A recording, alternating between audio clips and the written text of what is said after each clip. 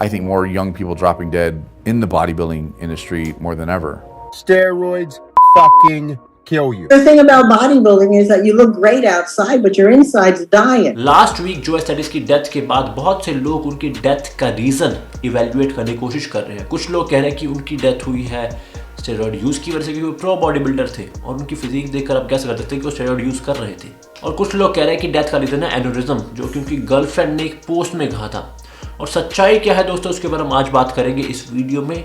But video start करने से पहले एक चीज़ मैं क्लैरिफाई कर दूँ कि देखिए, मैं जो एस्थेटिक्स की उनकी फैमिली की पूरी रिस्पेक्ट करता हूँ और मेरी सिंपैथी है उनकी फैमिली के साथ, फ्रेंड के साथ। बट हैविंग सेड दैट, सच्चाई बताना भी उतना ही ज़रूरी है। जो लोग ये वीडियो देख रहे हैं, स्पेशली जो यंग लोग हो गए, जो फिटनेस इंडस्ट्री को फॉलो कर रहे हैं, उनको भाई सच का पता होना चाहिए। तो इसलिए मैं रिक्वेस्ट करूँगा कि आप लोग इस वीडियो को एंड तक देखें।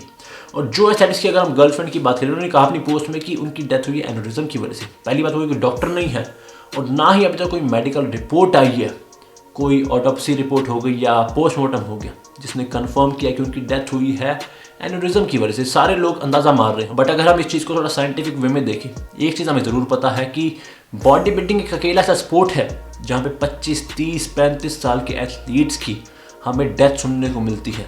और कोई स्पोर्ट अगर आप उठा के देख ले, क्रिकेट, फुटबॉल या बास्केटबॉल या इवन ओलंपिक स्पोर्ट्स हो गए, शायद ही आपने सुना होगा कि किसी एथलीट की डेथ हुई है।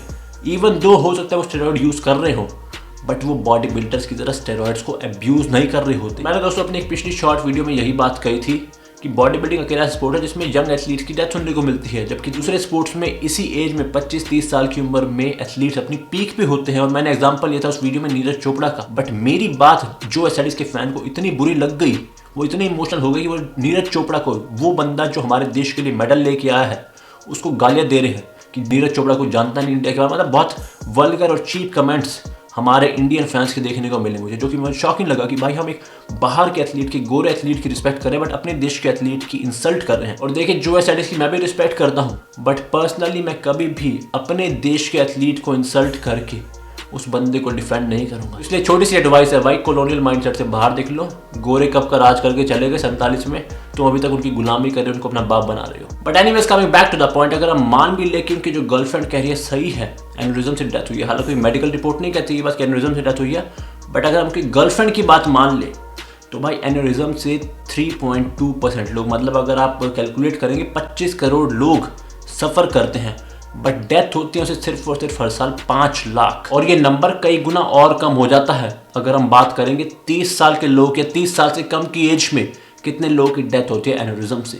तो एक चीज़ तो कन्फर्म्ड है यार कि 30 साल की उम्र में एन्यूरिज्म से डेथ होना इतना कॉमन नहीं है। और एक और चीज़ हमें पता है कि जो एस्थेटिक्स बहुत हैवी स्टेरॉइड यूज़र थे, हालांकि वो ये चीज़ एडमिट नहीं करते थे, वो अपने आप कहते थे कि मैं लो डोज पे या TRT HRT में यूज़ कर रहा हूँ। बट आपको ये बात पता है दोस्तों कि जो लोग लो डोज पे स्टेरॉइड यूज़ कर रहे होते हैं वो अपने आप को नेचुरल कहते हैं, माइको हर्न जैसे। और जो लोग एक्सट्रीम लेवल पे स्टेरॉइड यूज़ कर रहे होते हैं वो अपने आप को लो डोज स्टेरॉइड यूज़र कहते हैं।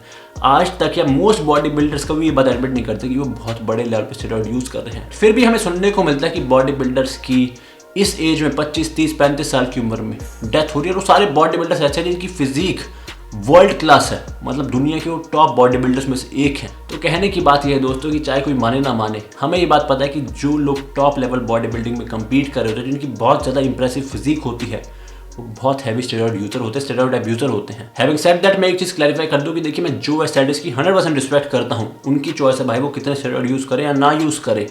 मैं बस आपके साथ सच्चाई शेयर करना चाहता हूँ। और देखिए, अगर आप ऑलरेडी एक मेडिकल कंडीशन सफ़र कर रहे हैं, जैसे कि वो सफ़र कर रहे थे एन्यूरिज्म से, plus on top of that अगर आप स्टेरॉइड ऐड करते हैं तो मेडिकल कंडीशन और वर्स हो जाती है और ख़राब हो जाती है, जिसकी वजह से डेथ पहले हो जाती है, जल्दी हो जाती है। और ये बात सिर्फ स्टेरॉइड यूज़ की नहीं है। स्टेरॉइड यूज़ किया तो उनका अगर आप लाइफस्टाइल देखिए, वो एक्सट्रीम लेवल पे वर्कआउट करते थे, एक्सट्रीम लेवल पे डाइटिंग करते थे। अगर आप उनकी डाइट में कैलोरीज देखिए बहुत कम होती थी, और कार्डियो तो ज़्यादा करते थे। वो बहुत लो बॉडी फैट परसेंटेज था, जो कि अगेन हेल्दी नहीं है भाई। Extremely low body fat percentage is not healthy. Plus वो 20 कप्स ऑफ कॉफ़ी डेली पीते थे अपने एपेटाइट को सप्रेस करने के लिए, फैट बर्निंग के लिए। और इनफैक्ट सबसे बड़ा रीज़न जिसके बारे में कोई बात नहीं कर रहा, जो हो सकता है सबसे बड़ा रीज़न, उन्होंने 4 शॉट लिए थे कोरोना वैक्सीन की, मतलब स्टैंडर्ड डोज के डबल। और कोरोना वैक्सीन ऑब्वियसली सेफ थी, बट उनकी जो सेफ्टी टेस्ट हुई थी वो हुई थी भाई 2 डोज पे, 4 डोज पे नहीं। तो मोटा मोटा अगर हम समराइज करें, हो सकता है उनकी डेथ हुई हो एन्यूरिज्म की वजह से, जो कि ऑब्वियसली उनको जेनेटिक्स की वजह से मिला। बट उन जेनेटिक्स के साथ अगर हम ऐड करें उनके इन्वायरमेंटल फैक्टर्स को, लाइफस्टाइल फैक्टर्स को, जैसा कि steroid use, steroid abuse in fact, plus extreme level of dieting, extreme level of cardio, extreme training, 20 cups of coffee a day, 4 shots of corona vaccine, in factors ने, इन environmental factors ने उस genetic condition को और ख़राब किया, जिसकी वजह से उनकी डेथ पहले हो गई। तो इसमें सिर्फ उनके जेनेटिक्स का रोल नहीं है, जेनेटिक्स के साथ उनके एनवायरमेंटल फैक्टर्स का, लाइफस्टाइल फैक्टर्स का भी रोल है। और मोस्ट लोग उनके इन लाइफस्टाइल फैक्टर्स को इग्नोर कर रहे हैं, कह रहे हैं इसका तो भाई रोल ही नहीं है। देखिए आपकी बॉडी में हर चीज़, हर इवेंट जेनेटिक्स के साथ आपके इन्वायरमेंटल फैक्टर्स, लाइफस्टाइल फैक्टर्स पे डिपेंड करता है। बट इस केस में, जो एसेट्स की डेथ के केस में, फिटनेस इंडस्ट्री या उनके फैंस सारा ब्लेम डाल रहे हैं जेनेटिक्स के ऊपर, जिसके थ्रू या तो वो स्टेरॉयड यूज को डिफेंड कर रहे हैं या इग्नोर कर रहे हैं, या वो यंग लोगों को इस चीज़ के बारे में वॉर्न नहीं करना चाहते कि जो स्टेरॉयड यूज करते हैं उनके जो इफेक्ट्स होते हैं वो लॉन्ग टर्म होते हैं और आपकी ऑलरेडी एग्जिस्टिंग मेडिकल कंडीशन पे वो खराब करते हैं, उसको और ख़राब करते हैं। और ये चीज़ दोस्तों पॉइंट आउट करनी इसलिए भी ज़रूरी है क्योंकि फिटनेस इंडस्ट्री में जैसे लोगों ने जो एस्थेटिक्स की डेथ में स्टेरॉयड को बिल्कुल साइड में कर दिया, सारा ब्लेम डाल दिया जेनेटिक्स के ऊपर, एनोरिज्म के ऊपर। इस रीज़न की वजह से बहुत से यंग लोग जो ऑलरेडी स्टेरॉयड ले रहे हैं या स्टेरॉयड लेने के बारे में सोच रहे हैं, उनको मिल जाएगा ग्रीन सिग्नल।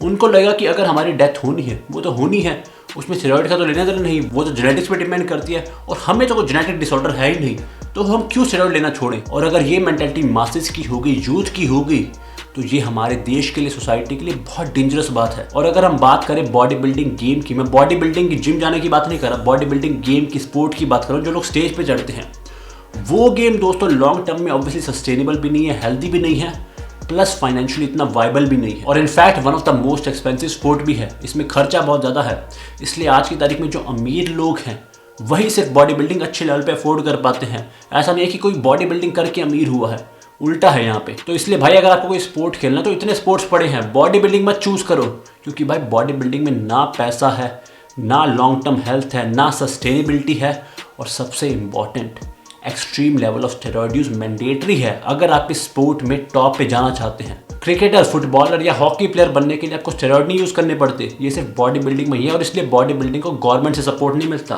क्योंकि इसमें स्टेरॉयड यूज़ बहुत ज़्यादा है। और वैसे भी देखिए मोस्ट लोग बॉडी बिल्डिंग को एज अ करियर की जगह एज अ पैशन फॉलो करते हैं। वो पैसे कहीं और से कमा रहे होते हैं और उसको अपने पैशन में, अपनी बॉडी बिल्डिंग में इन्वेस्ट करते हैं। और एक चीज़ अगेन क्लैरिफाई कर दूँ कि बॉडी बिल्डिंग गेम में और बॉडी बिल्डिंग में जिम जाके बॉडी बनाने में ज़मीन आसमान का डिफरेंस है। बॉडी बिल्डिंग हालांकि अनहेल्दी स्पोर्ट है, लॉन्ग टर्म सस्टेनेबल नहीं है, बट बॉडी बनाना, जिम में जाके मेहनत करना, एक अच्छे डाइट लाइफस्टाइल को फॉलो करना, वो एक बहुत अच्छी हैबिट है, बहुत अच्छा लाइफस्टाइल है, और वो चीज़ मैं हमेशा इंकरेज करता हूँ अपने चैनल पे। और परफॉर्मेंस इनहेंसिंग ड्रग्स, स्टेरॉइड्स या फैट बर्नर्स को कभी मैंने इस चैनल पे प्रमोट नहीं किया, क्योंकि उनका भाई फिटनेस से लेना देना नहीं है, वो आपको अंदर से खोखला करने के लिए है। हालांकि बाहर से आपकी बॉडी बहुत सुंदर लगती है उसकी वजह से, बट अंदर से आप उतने ही वीक होते हैं। बट एनीवेज दोस्तों, इस वीडियो को यहीं पे खत्म करते हैं। आई होप आपने मेरी इस वीडियो के मैसेज को अच्छी तरह समझा होगा, और अगर आपको वीडियो अच्छी लगी तो वीडियो को लाइक जरूर कर दें, चैनल पर नहीं हो तो भाई सब्सक्राइब भी कर देना। मिलते हैं आपसे अगली बार एक और धमाकेदार वीडियो में, तब तक के लिए टेक केयर।